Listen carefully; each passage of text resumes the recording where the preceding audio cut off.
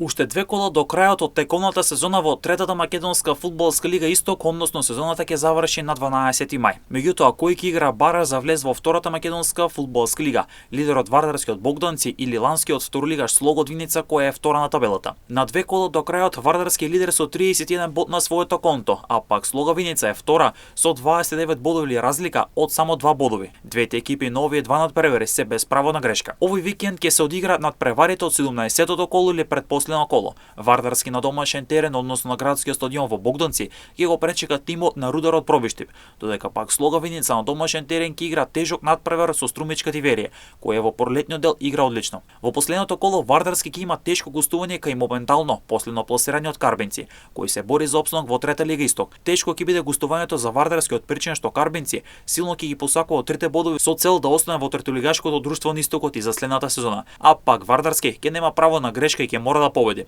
бидејќи во секој друг случај доколку Слого триумфира во Виница над Тиверија, ќе значи дека Слого ќе биде на првото место и ќе игра бараш, бидејќи во меѓусебниот дуел Слого е подобар од Вардарски. Два надпревари до крајот и 6 бодови игра. Кој ќе погреши на овие два надпревари, а кој ќе игра бараш за влез во втората лига, ќе биде познато на 12 мај.